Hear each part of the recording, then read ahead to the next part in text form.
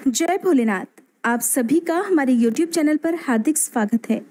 अब तक के सावन मास महात्म्य के सभी अध्यायों को सुनने के लिए आप सभी का हार्दिक आभार। इससे पहले की वीडियो में आपने भगवान शंकर के 19 अवतारों में से कुछ अवतारों की कथा सुनी। आज जानिए कि किस प्रकार भगवान शंकर ने कृष्ण दर्शन का अवतार लेकर धार्मिक कार्यों का महत्व बताया था। महादेव का 12वां अवतार कृष्ण दर्शन का अवतार था। जैसे हम सभी के इष्ट देवी देवता होते हैं, उसी तरह से भगवान शिव के इष्ट हैं विष्णु भगवान। इसलिए जब जब श्री हरि ने अवतार लिया तब तब भगवान शंकर उनके बाल रूप के दर्शन करने के लिए पृथ्वी पर अवतरित हुए। श्री राम के अवतार के समय भगवान शंकर श्री काक भुषुंडी के साथ वृद्ध ज्योतिषी के रूप में अयोध्या पधारे। इसी तरह जब शंकर भगवान को ये ज्ञात पड़ा कि गोकुल में नंद बाबा के यहाँ साक्षात नारायण ने जन्म लिया है, तो वे भी उनके दर्शनों की इच्छा से कैलाश से गोकुल की ओर दौड़ पड़े। श्री कृष्ण अवतार की एक झलक पाने के लिए बाबा साधु वेश में गोकुल धाम पहुंच गए। जानिए कि कैसे भगवान शंकर ने मैया यशोदा से कान्हा के दर्शनों की भीख मांगी थी। भगवान शिव ने जोगी का रूप सजाया और उनके अपने गण श्रृंगी और भृंगी को अपना शिष्य बनाकर वे गोकुल के लिए प्रस्थान कर गए। श्री कृष्ण गोविंद हरे मुरारी, हे नाथ नारायण वासुदेवा कीर्तन करते हुए वे नंदगांव में मैया यशोदा के द्वार पर आकर खड़े हो गए। अलख निरंजन भगवान शिव ने आवाज लगाई। आज परमात्मा कृष्ण रूप में प्रत्यक्ष प्रकट हुए हैं। शिव जी इन साकार ब्रह्म के दर्शन करने के लिए आए हैं। यशोदा मैया को पता चला कि कोई साधु द्वार पर भिक्षा लेने के लिए खड़े हुए हैं, तो उन्होंने दासी को साधु को फल देने की आज्ञा दी। दासी ने हाथ जोड़कर साधु को भिक्षा लेने और बाल कृष्ण को आशीर्वाद देने के लिए कहा। तब भगवान शिव ने दासी से कहा, हे दासी, मेरे गुरु ने मुझसे कहा है कि गोकुल में यशोदा मैया के घर परमात्मा प्रकट हुए हैं, इसलिए मैं तो उनके दर्शन के लिए आया हूँ। मुझे तो लल्ला के दर्शन करने हैं। दासी ने अंदर जाकर यशोदा मैया को सारी बात बता दी। सुनकर यशोदा मैया को बड़ा आश्चर्य हुआ। उन्होंने बाहर झांककर देखा तो देखा एक साधु दरवाजे पर खड़े हुए हैं।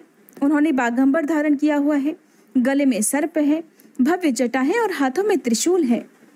यशोदा माता ने उन साधु को बारंबार प्रणाम करते हुए कहा कि हे महाराज, आप तो कोई महान पुरुष लगते हैं। क्या भिक्षा कम लग रही है?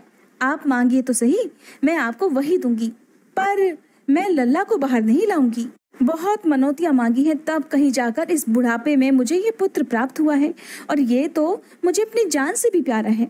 आपके गले में तो सांप है। मेरा लल्ला बहुत कोमल है, उसे देखकर तो वो डर जाएगा। तब शंकर भगवान बोले, हे मैया, मैं कुछ और भिक्षा लेकर भला क्या करूंगा? मुझे तो लल्ला के दर्शन की ही भिक्षा चाहिए। बस केवल एक बार मुझे उनके मुख माधुरी का दर्शन करा दीजिए, फिर मैं वापस चला जाऊंगा। यशोदा मैया डरते डरते अंदर गई और किसी तरह घबराते हुए लल्ला को गोद में कसकर पकड़कर द्वार पर ले आई। दूर से ही भगवान शंकर ने उनकी ये छवि देखी तो आनंद होकर द्वार पर ही नाचने लगे। बाल कृष्ण के दर्शनों की आशा लगाए बैठे भोलेनाथ जब नंद भवन में पहुंचकर बाल कृष्ण के दर्शन करते हैं तो दोनों एक दूसरे को मुस्कुराने लगे।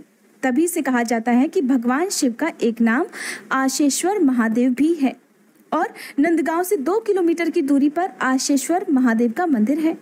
भगवान आशुतोष द्वापर युग में अपने इष्ट श्री बालकृष्ण प्रभु के दर्शन करने नंदगांव आए थे।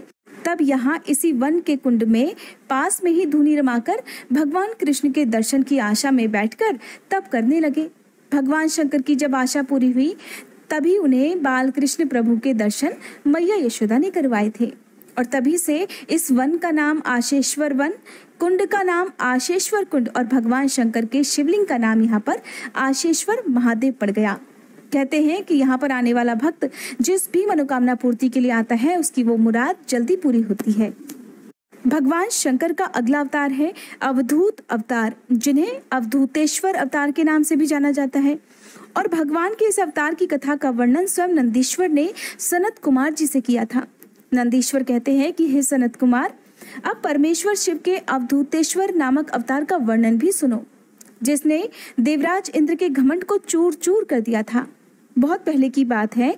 देवराज इंद्र संपूर्ण देवताओं और श्री बृहस्पति जी को साथ लेकर भगवान शिव का दर्शन करने के लिए कैलाश पर्वत पर गए। उस समय बृहस्पति और इंद्र के शुभागमन की बात सुनकर भगवान शंकर उन दोनों की परीक्षा लेने के लिए अवधूत बन गए। उनके शरीर पर कोई वस्त्र नहीं था। वे प्रज्वलित अग्नि के समान तेजस्वी होने के कारण महाभयंकर जान पड़ रहे थे। उनकी आकृति बड़ी सुंदर दिखाई दे रही थी और वे उनका रास्ता रोककर खड़े हुए थे। बृहस्पति और इंद्र ने शिव के पास जाते समय देखा कि एक अद्भुत शरीरधारी पुरुष रास्ते के बीच में खड़ा हुआ है। इंद्र को अपने अधिकार पर बड़ा गर्व था, इसलिए वे ये नहीं जान सके कि ये तो साक्षात भगवान शंकर हैं। उन्होंने मार्ग में खड़े हुए पुरुष से पूछा कि तुम कौन हो और इस नग्न अवधूत वेश में कहाँ से आए हो? तुम्हारा नाम क्या है? सब बातें ठीक ठीक बताओ, देर मत करो। भगवान शिव अपने स्थान पर हैं या इस समय कहीं अन्यत्र गए हैं? मैं देवताओं तथा गुरुजी के साथ उन्हीं के दर्शन करने के लिए जा रहा हूँ। देवराज इंद्र के बार बार पूछने पर भी महान कौतुक करने वाले अहंकारहारी महायोगी त्रिलोकीनाथ शिव कुछ नहीं बोले, चुप ही रहे, मौन रहे। तब अपने ऐश्वर्य का घमंड रखने वाले देवराज इंद्र ने रोष में आकर उन जटाधारी पुरुष को फटकार लगाई और इस प्रकार कहने लगे, अरे मूढ़, दुर्मते, तू बार बार पूछने पर भी उत्तर नहीं देता, अतः मैं तुझे अपने वज्र से मारने जा रहा हूँ। देखता हूँ तेरी रक्षा कौन करता है। ऐसा कहकर उस दिगंबर पुरुष की ओर क्रोध पूर्वक देखते हुए देवराज इंद्र ने उसे मार डालने के लिए अपना वज्र उठाया। ये देखते ही भगवान शंकर ने शीघ्र ही उस वज्र को स्थिर कर दिया। देवराज इंद्र की बाह अकड़ गई, इस कारण वे वज्र का प्रहार नहीं कर पाए। फिर वह पुरुष तत्काल ही क्रोध के कारण तेज से प्रज्वलित हो उठा, मानो इंद्र को जलाए देना चाहता हो। भुजाओं के स्तंभित अर्थात स्थिर हो जाने के कारण शची वल्लभ इंद्र क्रोध से उस सर्प की तरह जलने लगे, जिसका पराक्रम मंत्र के बल से अवरुद्ध हो गया हो। बृहस्पति देव ने उस पुरुष को अपने तेज से प्रज्वलित होता देख तत्काल ही समझ लिया कि ये तो साक्षात भगवान हर हैं। फिर तो वे हाथ जोड़कर प्रणाम करके उनकी स्तुति करने लगे। स्तुति करने के बाद उन्होंने देवराज इंद्र को उनके चरणों में गिरा दिया और कहने लगे, हे दीननाथ महादेव, ये इंद्र आपके चरणों में पड़ा है, आप इसका और मेरा उद्धार कीजिए। हम दोनों पर क्रोध नहीं, प्रेम कीजिए महादेव। शरणागत इंद्र की रक्षा कीजिए। हे महादेव, आपके ललाट से प्रकट हुई अग्नि इन्हें जलाने के लिए आ रही है। बृहस्पति देव की ये बातें सुनकर अवधूत वेशधारी करुणा सिंधु शिव ने हंसते हुए कहा, हे ब्रह्मा जी, अपने नेत्र से रोषवश बाहर निकली हुई अग्नि को मैं पुनः कैसे धारण कर सकता हूँ?